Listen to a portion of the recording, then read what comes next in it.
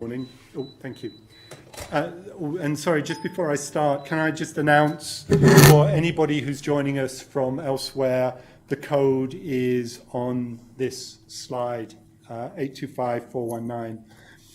I want to take a couple of minutes just to go over what's now the sort of annual report on our finances and where we are. But the two major items are spending time talking about competence by design, which Sheila and Karen are going, and not so much to introduce because we have raised it before, but I think really to set a framework for how we want to move forward over the next 18 months. We want to spend some time just summarizing and discussing the survey that was circulated about 3 months ago, looking at barriers to scientific productivity.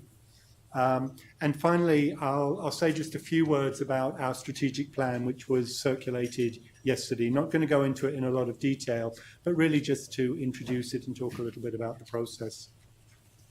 So let me start with our financial update.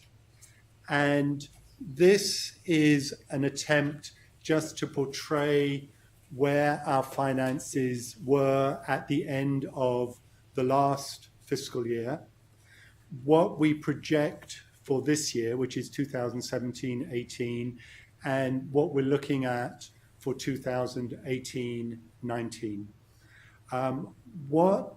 The figures, particularly as we look ahead, always change a little bit. But what we want to do is, particularly with the CPP, get some idea of what our consistent expenditures are going to be from year to year. We have, last year, if you remember, as we introduced changes in the way we remunerated faculty and we started to add stipends for department roles, and we also expanded the educational office and the finance office to keep up with the demands. We knew we were starting to draw down on the surplus that we'd accumulated in the clinical practice plan. So we just wanted to make sure that we could predict from year to year to year how much we would be drawing down on it and how much we had for one-time expenditures. So let me just go through the two operating accounts very quickly. The operating account is the money we get from the ministry. It's our traditional MTCU budget plus TNR funding, which is support for physicians, varies a little bit from year to year, depending on our academic productivity. Also includes the money we now get for teaching done in neuroscience program, primarily the MINDS program. That's now rolled into our budget, so it's a predictable amount. The operating budget this year is just under $3.3 million. We're anticipating a small deficit in our budget, and the reason for this is just because of a bookkeeping factor. If you look at year end in 2016-17, we had a very large surplus. That was because 2 years of neuroscience money last year and this year were rolled in together. So this year, and the reason for our smaller anticipated budget is because we won't be getting the neuroscience money.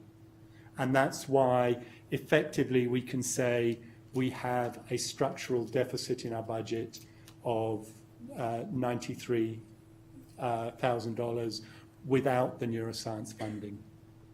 So if that's clear, basically the money, the $300,000 that should be coming here has come there. So effectively we'll have a surplus of about $200,000 this year. And then the situation changes in 18-19. So I'm just presenting it that at this point we'd be projecting a deficit, and that includes the neuroscience funding. So it means we have to look at what we may need to do to reduce that. And the biggest reason, I think, for the continuing deficit is our budget remains the same, but each year our salary and benefit costs go up by about $70,000, sometimes a little bit more. So we have to be able to absorb those within a budget that isn't expanding, which means finding ways of shifting payments that come out of our traditional budget elsewhere. So, obviously we'll keep you updated, but that's what our operating budget looks like. The clinical practice plan, this is funding that comes from membership fees paid by physicians. For a number of years, we used whatever we took in to pay off a debt. We had a debt of almost $1 million in the clinical practice plan. For the next 3 years, we use the surpluses to accumulate a reserve that at the end of July was approximately $2.3 million. You'll see there's a small surplus. What that means is that in July of 2016, the surplus was $2.58 million. And the reason for that is because this is a fund that we want to use to promote academic activity. So each year we're going to be drawing upon the reserve as well as knowing what our fixed operating costs are.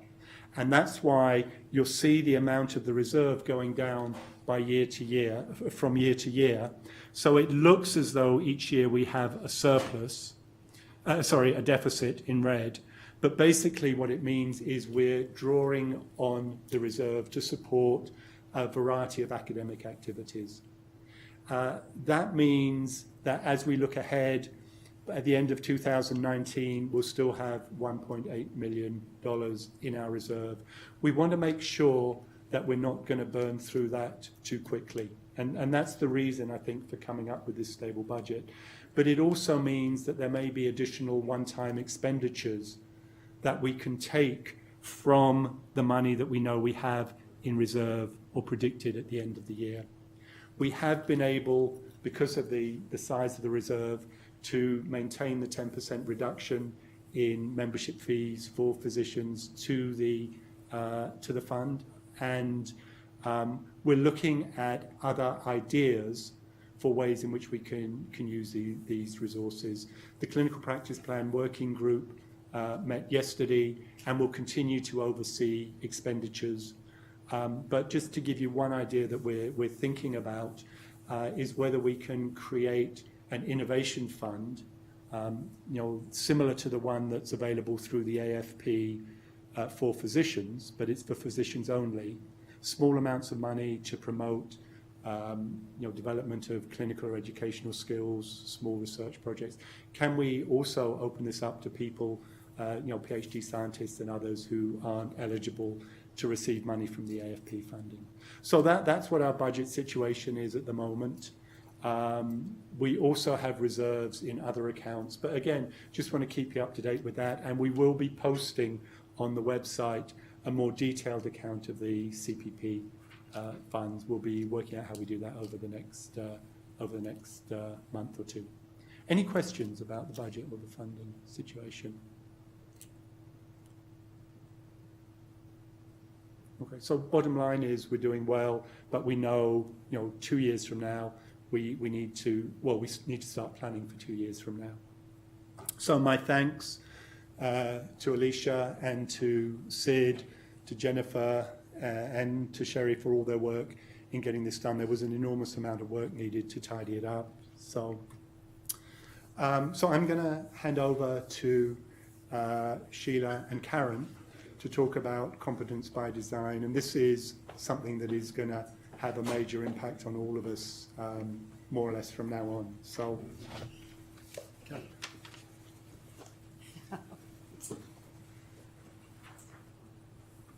Good morning, everybody. And before I forget, I do have some handouts here on some of the resources on competence by design. If you prefer a paper copy, we will ask Nick to put it out as a link in the next digest as well if you're more of an electronic person.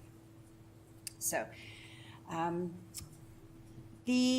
put this up as a slide just to show, it's an old slide, but this is to show the original timeline of the Royal College Competence by Design project. and this is the rollout that was initially predicted.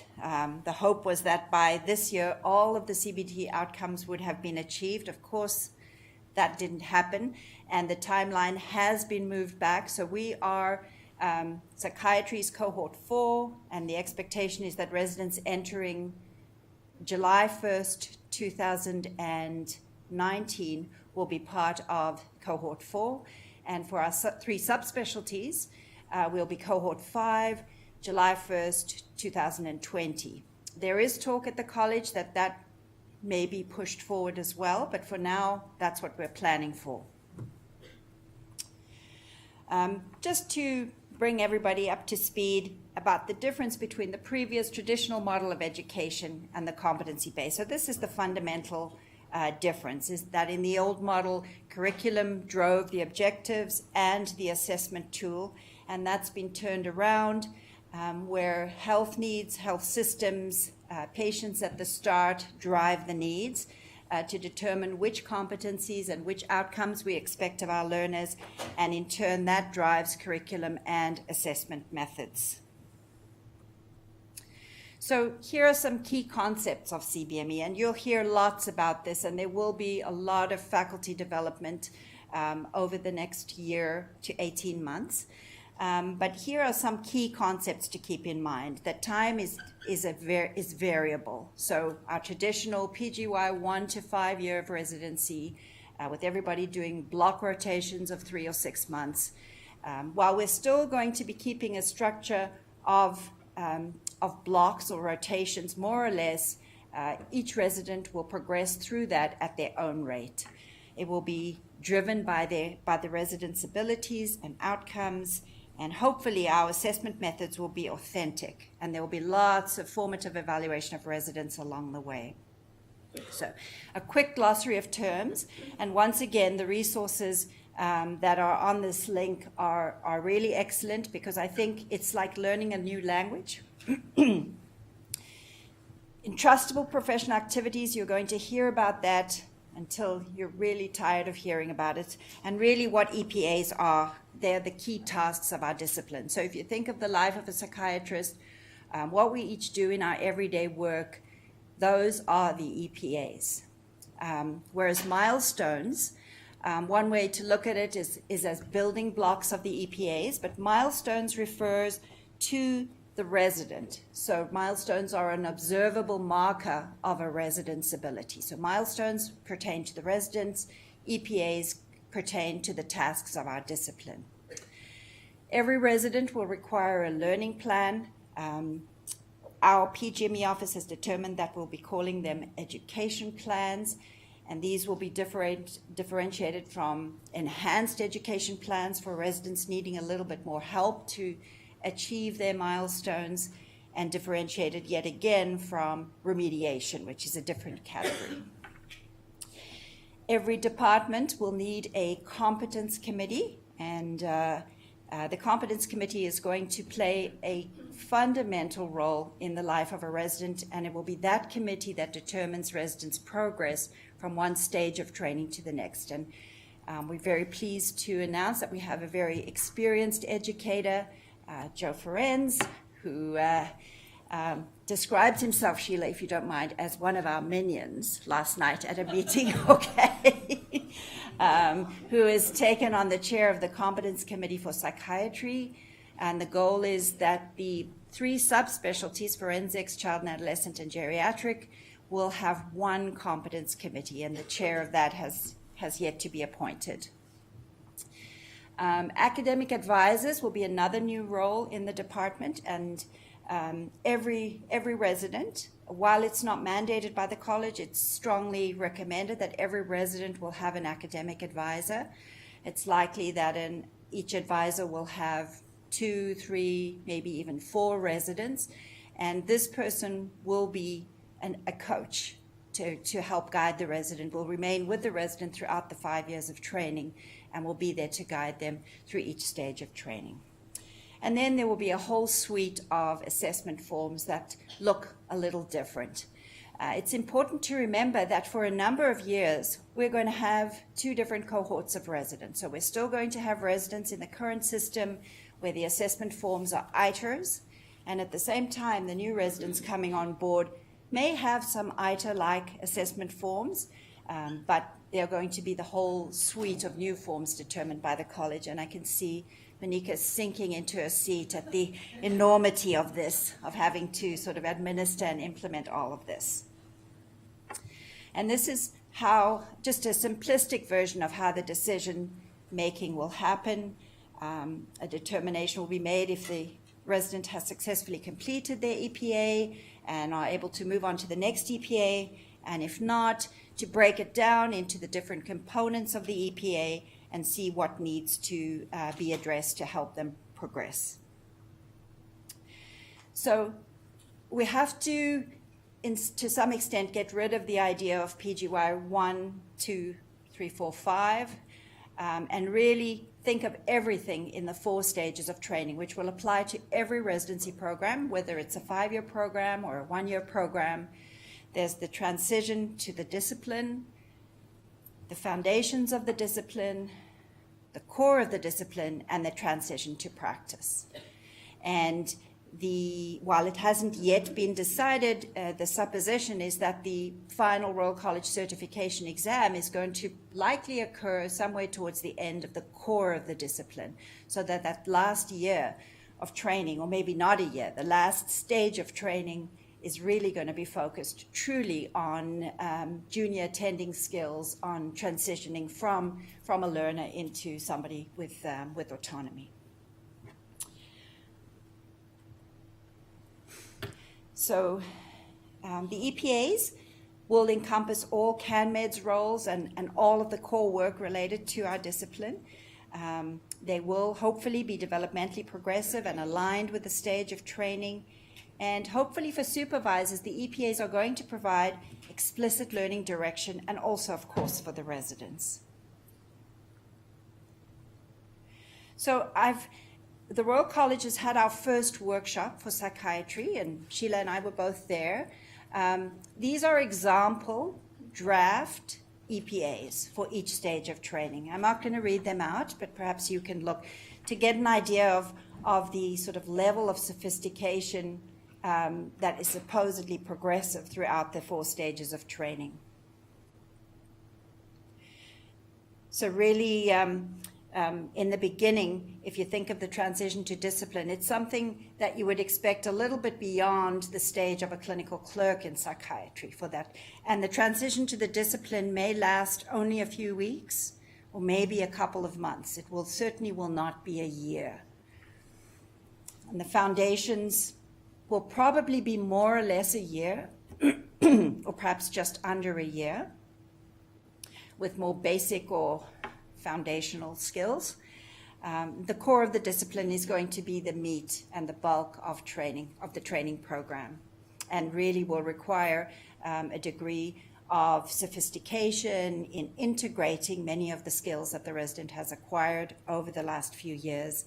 And then finally, leadership skills, administrative skills. Those are the kinds of things that are going to be expected in the transition to practice. The suite of assessment forms provided by the Royal College have a most unfortunate connotation to psychiatry because they're called Form 1, Form 2, Form 3, Form 4. They obviously didn't consult us about that, but these are the sort of basic package of forms, and then every specialty will likely develop a few other specialty-specific forms, and perhaps even within programs, our Department of Psychiatry might yet again use other forms that are unique to us.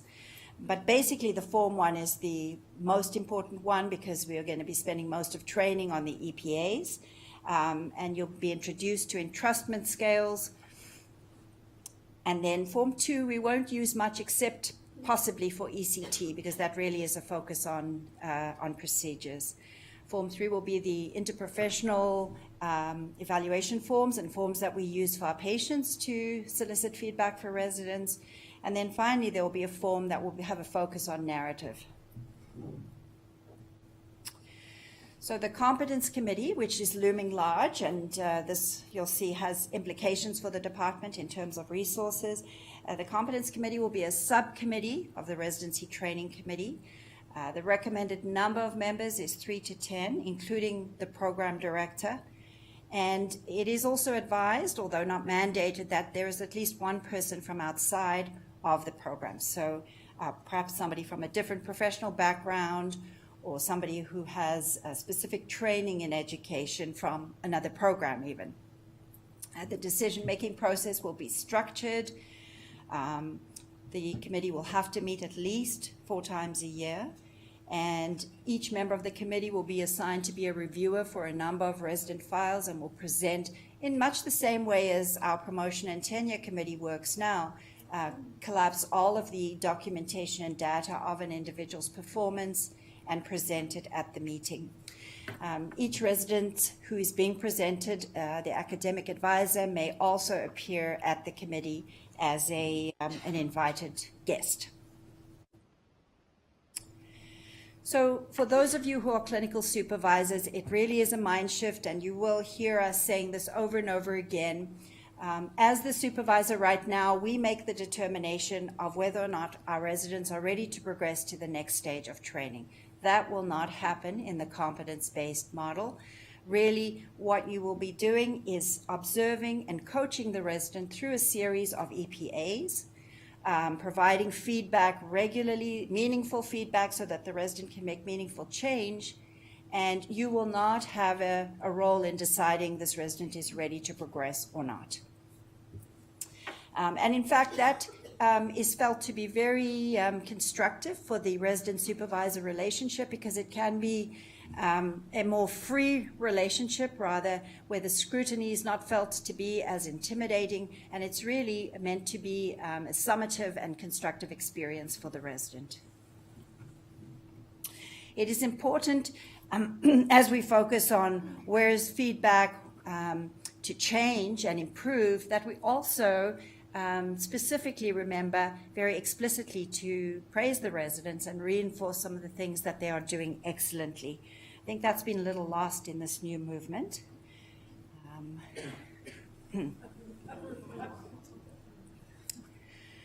So, what are the impacts of this? How is this going to change the lives of our residents and of course, us as faculty? So the shift in the timing of the Royal College exam, that will have significant impact. Accreditation standards are being completely rewritten. So some of what is in the current standards will be retained, but I think we have to have some flexibility in our thinking about accreditation, knowing that that's going to be changing. The current Royal College documents, the specialty training requirements, are now being rewritten as the competency training requirements. Will retain a lot of the original elements, but written in a different way. It's going to have impact for credentialing, for hospital credentialing. I imagine hospital administrators are going to look very closely at the acquisition of competence, and therefore for the workforce as a whole. About 25% of psychiatrists in Canada are international medical graduates, many of whom come to Canada and initially practice in underserviced areas prior to Royal College examination or credentialing. And so the whole issue of competency and how that's going to affect that workforce is also something that is very significant. Faculty development is key, and you'll hear lots from us, probably till you're sick of us. There will be some mandated faculty development modules, some of which will be online and others which will be more face-to-face. And then finally, just linking into the next slide about the budget, the whole movement will have significant financial implications on resources. So these are the issues for our department. The 2 competence committee chairs will have to have a stipend. There's talk about academic advisor stipends and what this also will mean for education hours. Some of that is going to be determined centrally.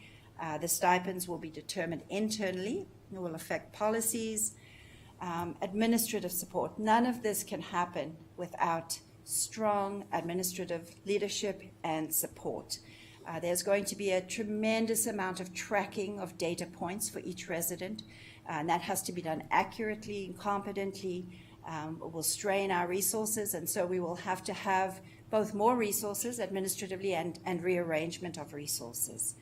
How do we engage faculty who say, don't want to change, don't want to do it differently? It will have implications also for recruitment. So all of these are very important. The timeline, I referred to the suite of documents being prepared by the college. As I said, psychiatry's had its first workshop last fall, the second workshop scheduled for May of this year, and then the third workshop probably early in 2019. The idea is that the third workshop is an opportunity to integrate the defined EPAs and the methods of assessment and pull it all together for programs to go back and practice. The ideal would be 18 months prior to rollout of competence by design. You can see we're already off that timeline. And then for our subspecialties, the first workshop for geriatric psychiatry is the fall of 2018. I'm not sure about the other two subspecialties. Ellen, do you know? Okay. The Faculty of Health Sciences Postgrad Office has already been working on this for a long time. They have a lead, Dr. Moyez Ladani from Pediatrics is the director of CBME, and he has 2 full days a week devoted, I think 2 or 2.5 days a week devoted to this role. There are a number of 5 subcommittees of the faculty PGME, and we're well represented. Joanne Corey's on the faculty development committee. I'm on the assessment committee. We have our two sets of colleagues in anesthesia and ENT who went live on July the 1st. There's a lot of scrambling. It wasn't comfortable or calm, but we can certainly learn from their experiences. Their support, the decision is that MedSys will be the platform that supports the CBD movement here at MAC. There are lots of challenges with that, and there are components of MedSys that have to be rebuilt. There's not going to be a lot of flexibility for each department to ask for their own things, but there will be templates that each department can adapt. And then for our department, we've actually been meeting as a competence committee since 2014, initially talking about some of the scholarly things that we could do. It was very hard to plan fully before the EPAs have been defined, but now it will be, this role will be taken on by the Residency Training Committee and the Competence Committee. And we have a number of ways of communicating information, including through Next Digest and newsletters. The resources, as I say, please feel free to help yourself to a handout. And we'll be calling on you. The academic advisor role, or academic coach, they're calling it in some departments, will be very resource intensive. So Sheila and Joe will be calling on you to act as academic advisors, and we put out appeal for you please to step forward. It will be rolled out over time. So we will roll it out with the first group of CBD residents and then roll it out year by year following that. So it's not going to mean that we need academic advisors for all 50 residents in both campuses all at once. Okay, so the bottom link is what I've provided on the handout here, and I'm very happy to take any questions. And Sheila's very happy to take any questions. Okay. Okay, Benicio, then Ellen. Okay. So, Garrett, this is obviously a lot of work, and it's going to involve major changes, even financial implications for all university departments. Does Royal College, does McMaster, do they have a plan to compare this new system with the current system that we now have to make sure that all of this effort, is going to actually lead to better outcomes as far as education and better, better quality of residents that coming to work at the end of the 5 years or how many years, whatever the new system is. Is there a plan for actually comparing how So the answer is, that barn door is, the horse is bolted. So not the answer really, the short answer is no. All those discussions happened years ago. It's now a done deal. There's no opting out. And so we have to go with it. There is an opportunity to look at it in a scholarly way, and I think our department is well positioned to generate some scholarship out of this in terms of evaluating it. There are some components not all components, some components that are well supported in the literature.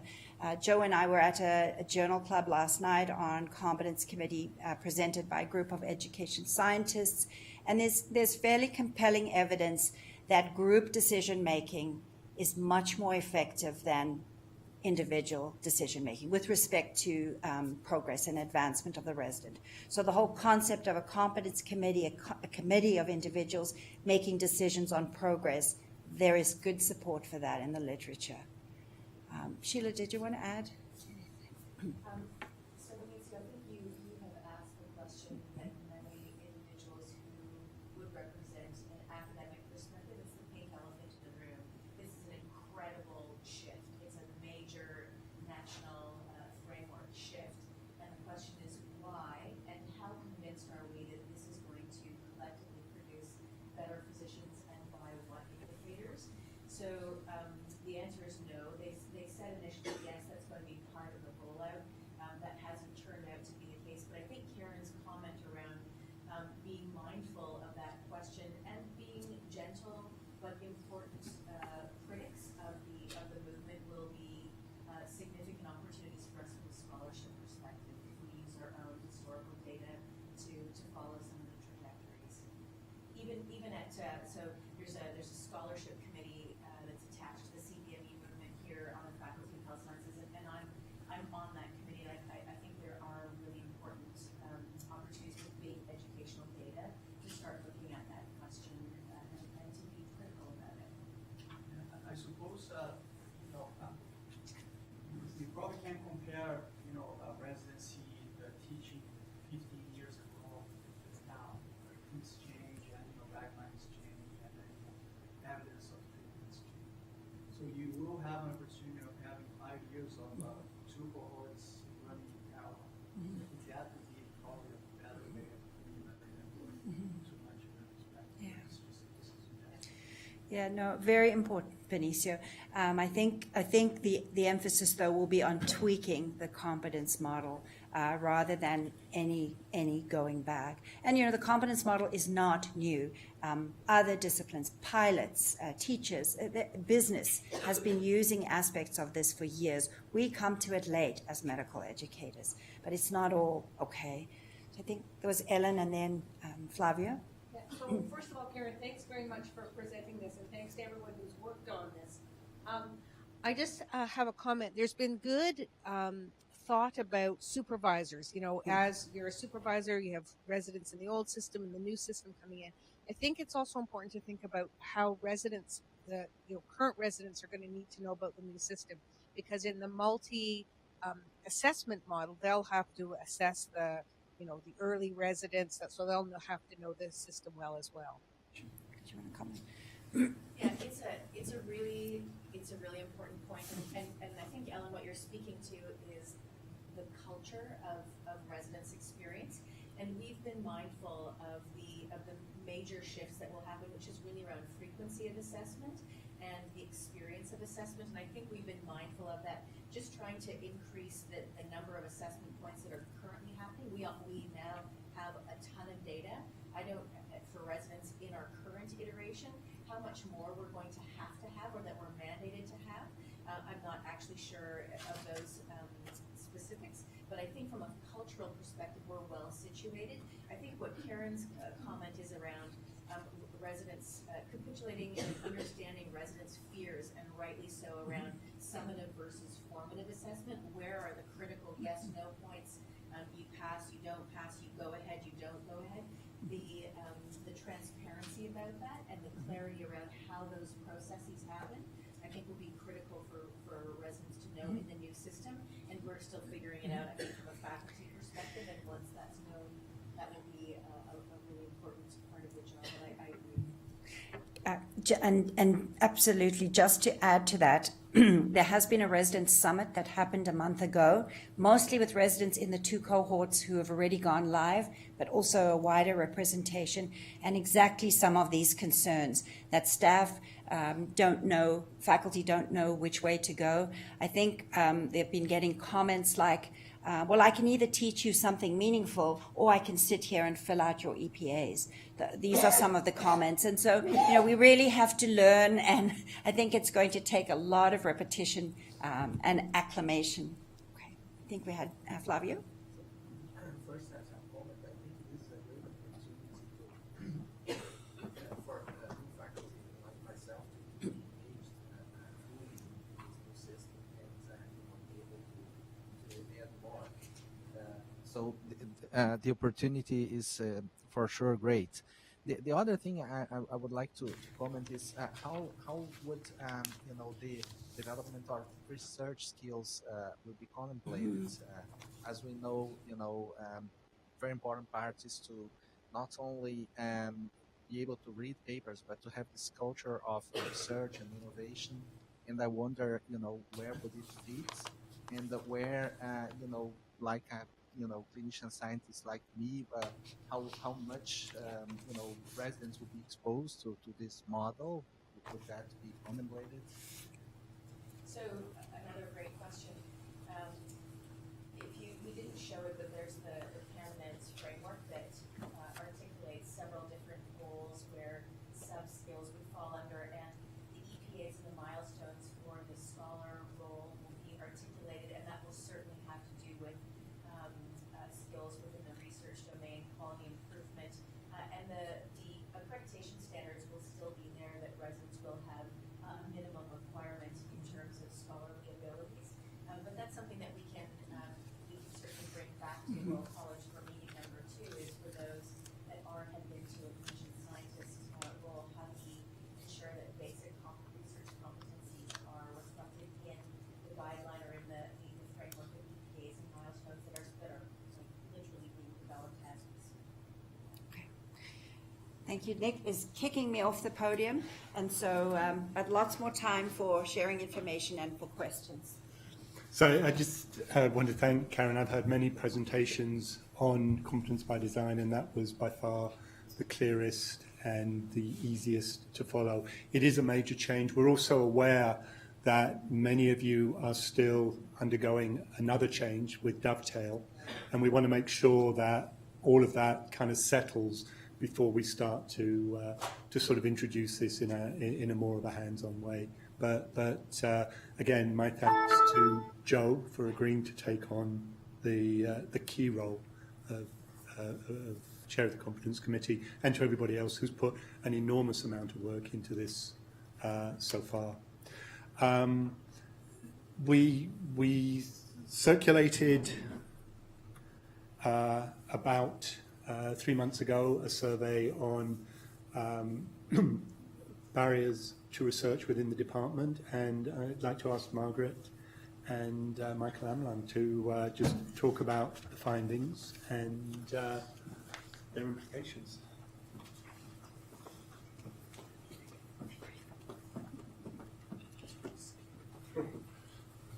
So we will be relatively brief given time constraints, but I just wanted to provide some background to the survey itself. So in 2011, when Harriet McMillan was the acting vice chair of research, she sent out a survey looking at what were some of the issues surrounding research in the department. How could we improve research culture?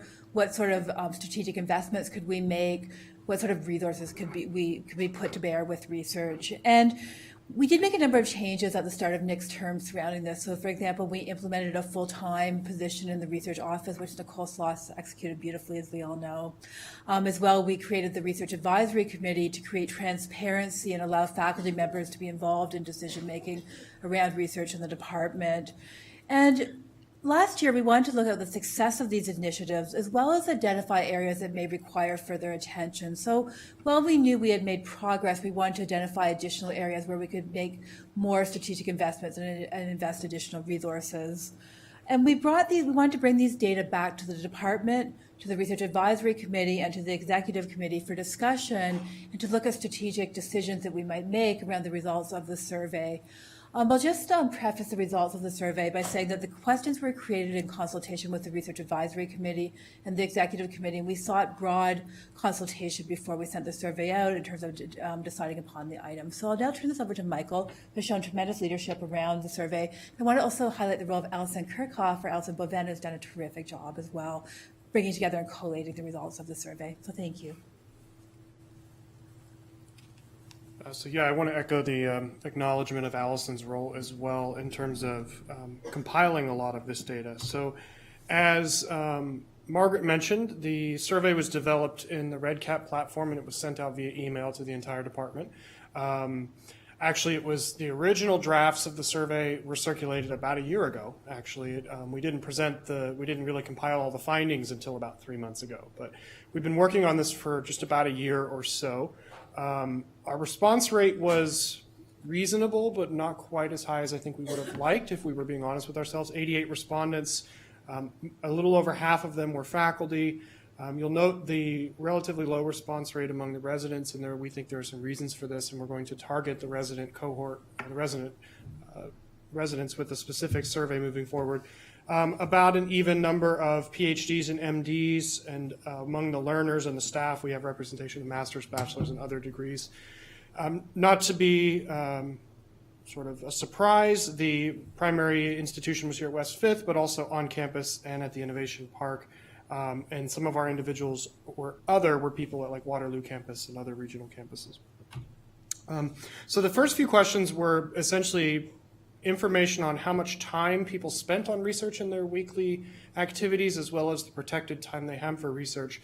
And what we're presenting here is essentially a breakdown by the 4 main categories. So faculty, including both part-time and full-time, staff, learners, and residents. So learners could be medical students, it could also be mine students, it could be in other Faculty of Health Sciences programs, and the residents in the department. And what you'll note is that the faculty, for the most part, are spending, on average, anywhere from 26 to 100% of their time, but the majority of the people, around 2/3, are spending less than 25% of their time on research. And what we found was when we looked at this in relation to how much time faculty actually have protected for doing research in a given week. So what you're seeing is along the X here is essentially that data we just saw on the previous graph, with the size of the dot indicating the number of individuals in that response level. And then on the Y, we have the percentage of protected time in a week. So we said, how much protected time do you have for research in terms of a percent? And the solid line essentially is a 1-to-1 correspondence, meaning they have 25% protected time, they're doing 25% of research. But what we actually found was that there was a high correlation here, but we actually are underperforming in terms of the protected time that people have versus how much they're actually spending. So they're doing more research than they actually are reporting that they have protected time for. We circulated a number of potential barriers. It is a little blurry. This is a screenshot from our survey where essentially these are 4 broad categories of potential barriers. So big picture issues, practical and logistical issues, funding, and then specific methods that need to be worked on among our faculty, and other categories. And so they rated these on a 5-point scale from not at all a barrier to a major barrier or not applicable to me. And so with the help of Allison, we have compiled these into a series of graphs and tables. And as Margaret said, we're just going to give kind of the big picture, no pun intended here. We're going to give the overview of it, and then we can circulate these slides if people would like to look more. So among faculty, the most commonly endorsed responses were maintaining a research program, productivity, and establishing a research program. Among staff, it was productivity and maintaining a research program. But you can see even among the other categories, we do have representation of promotion and tenure being there, as well as knowledge translation. In terms of practical and logistical issues, this was one where I think we had some of the largest rates of endorsement as a major barrier. Balancing professional demands, you can see, comes up in all 4 categories. Protected time for research comes up among faculty. Some of the responses among learners were a little odd. I don't exactly know why they need protected time for research, or on the previous slide, promotion and tenure, but take it for what it's worth. But among faculty, it's balancing professional demands and protected time for research, as well as mentoring. In terms of funding, something that came up actually in all 4 categories, it was a major barrier for faculty and for residents. It's funding for trainees. So finding funding to support whether that's graduate students or postdoctoral fellows, preparing a grant, developing a budget, et cetera.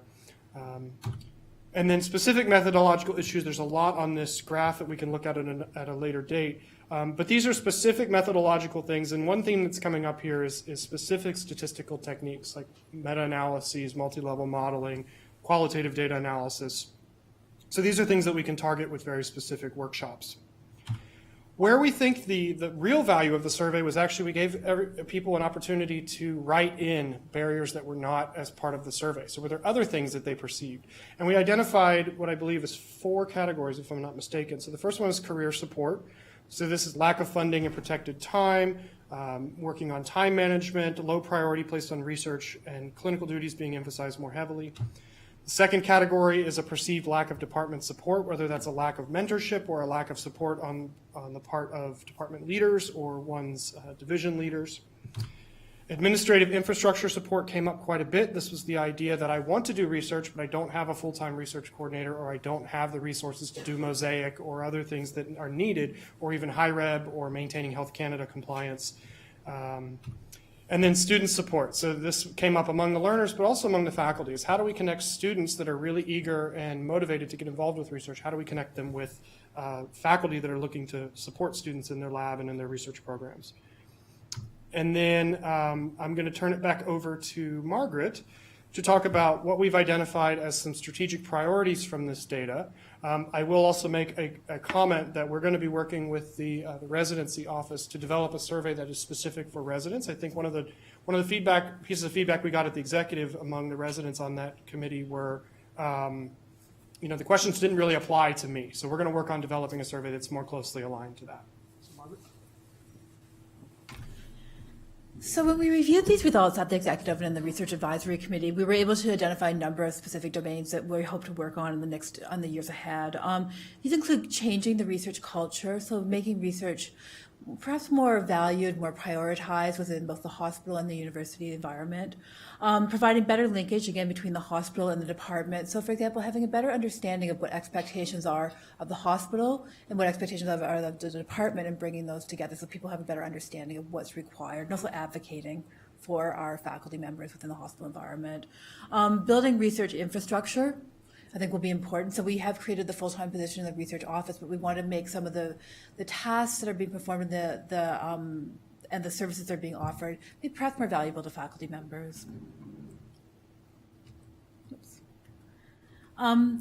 We also hope to target specific groups in the department. So we certainly identified a relative fewer individuals who are now taking up positions as clinician scientists during residency, who are engaging in training around becoming a clinician scientist during residency. That's something we certainly hope to target. We hope to better support our faculty, including our new and junior faculty in particular. We hope to increase communication around research and opportunities for research, and make some administrative changes surrounding support for research. So just to give you a brief picture of some of the ideas that we've had in consultation, again, with the Research Advisory Committee and with the Executive Committee, we'd like to provide increased research office assistance with securing grant reviewers. So in particular for individuals who are writing their first grant, they may have difficulty finding someone who can provide them with feedback on both methodological issues or even content issues. And we hope to increase the level of support that we can provide for assisting individuals with finding a reviewer for their grant. We plan to make a number of updates to the Department Research website, including a better communication surrounding what individuals are doing in their labs, grants that they may have received, providing a portal for finding students or volunteers who may be interested in working with you on their research. So these are a number of the changes that we may make. We also plan to increase the number of research seminars being offered in the department. One difficulty that we certainly had was around the timing of those seminars and attendance. We really are encouraging people to attend when we're offering these seminars. But one initial idea that came directly from the survey was to have a presentation on funding opportunities and support from the Rhodes Office and the Faculty of Health Sciences, the Health Research Services Office. So knowing what services are available to faculty members and to learners, I think would be a tremendous benefit, and they're very gracious in offering to come in March. So thank you very much for your attention.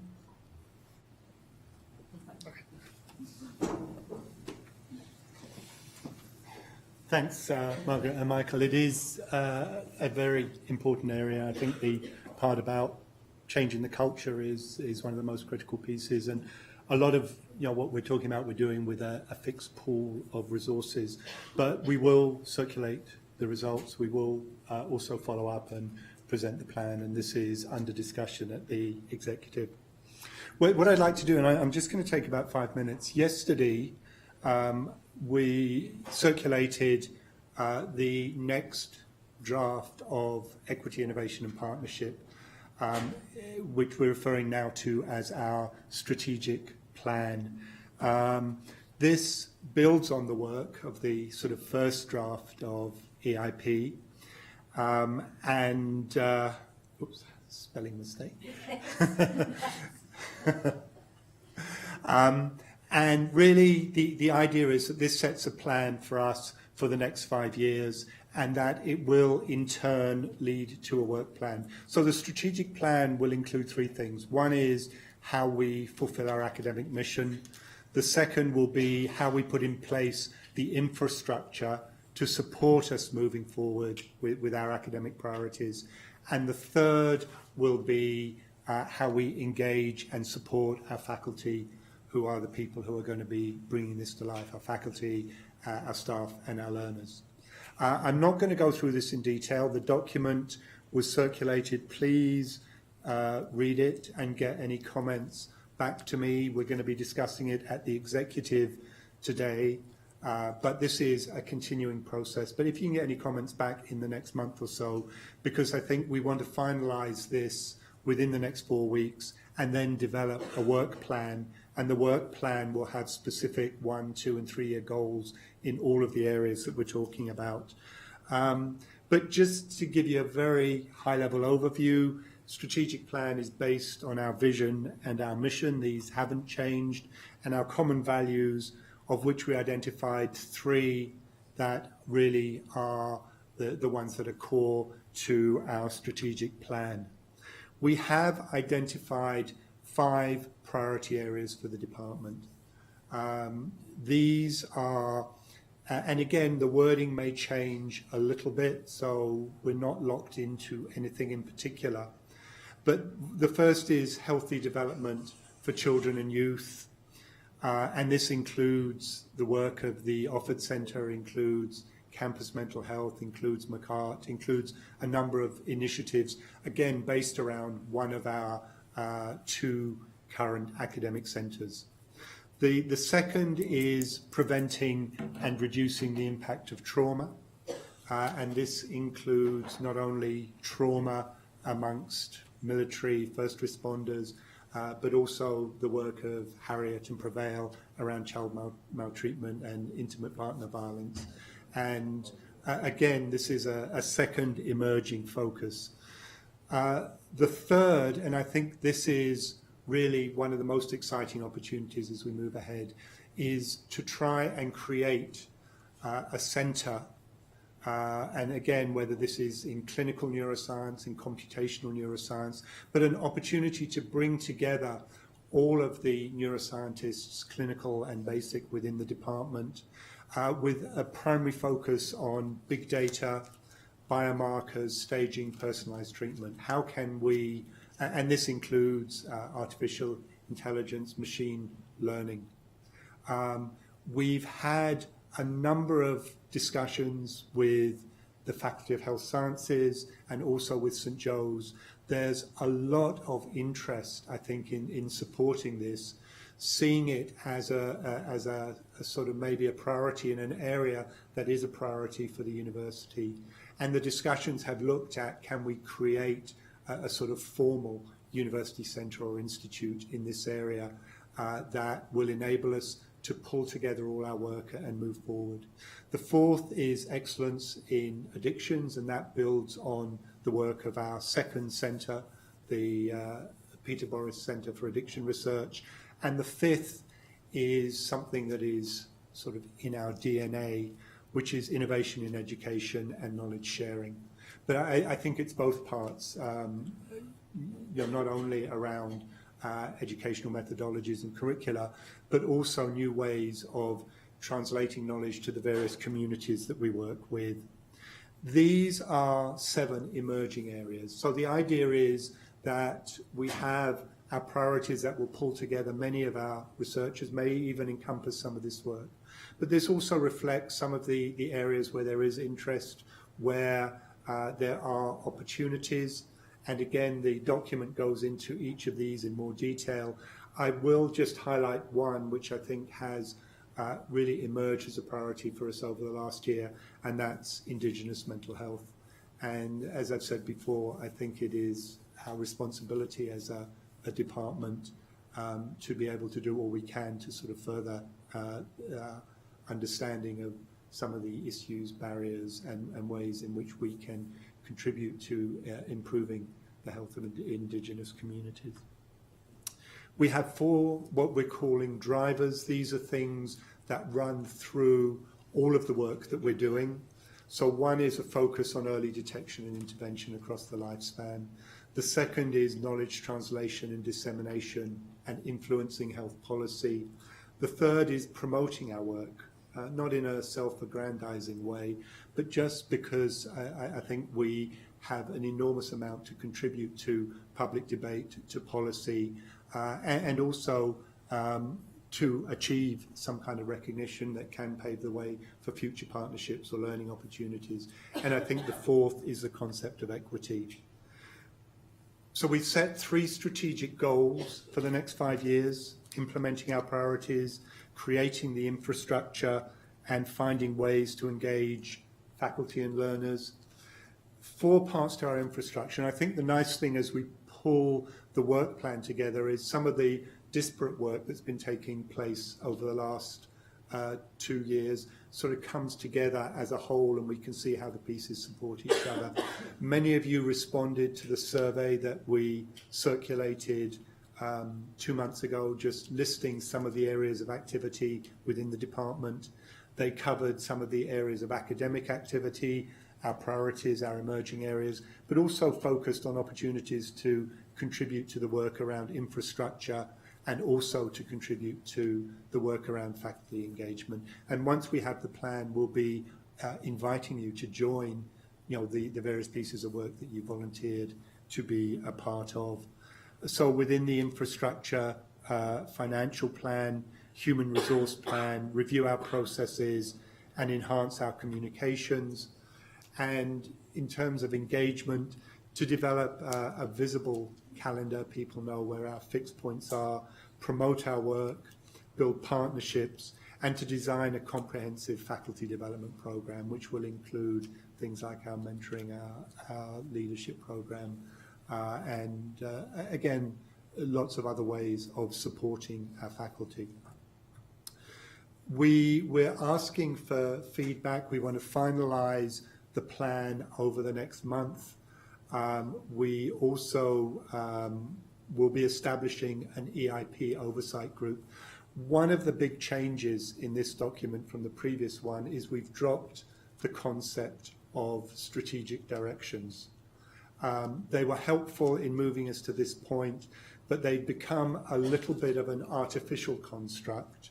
And I think they'd also created a layer of sort of administration that was confusing when people started to read the document and maybe a little bit unnecessary. There will be a small EIP oversight group that will be responsible for looking at this as we move forward. And as I mentioned, we'll be looking at linking individuals. We also want to develop a work plan that has year-by-year objectives for each of these areas that have measurable outcomes and timelines. So each year we can look back on our progress, but it's all tied in to a single work plan. And I think, as I say, the work plan will be the point where we connect all of our organisational activities to advance our priorities. So that's a very kind of quick overview. Please do read the document. Please do let us have any comments that you may have. We have maybe 1 minute if there are any specific questions about this, but if not, again, look forward to hearing from you with your comments. It is 10 o'clock, so thank you very much for your time and your contributions. Thanks to the work that was done around CBD and also around our research barriers. And we'll continue to follow this up. Karen mentioned the digest.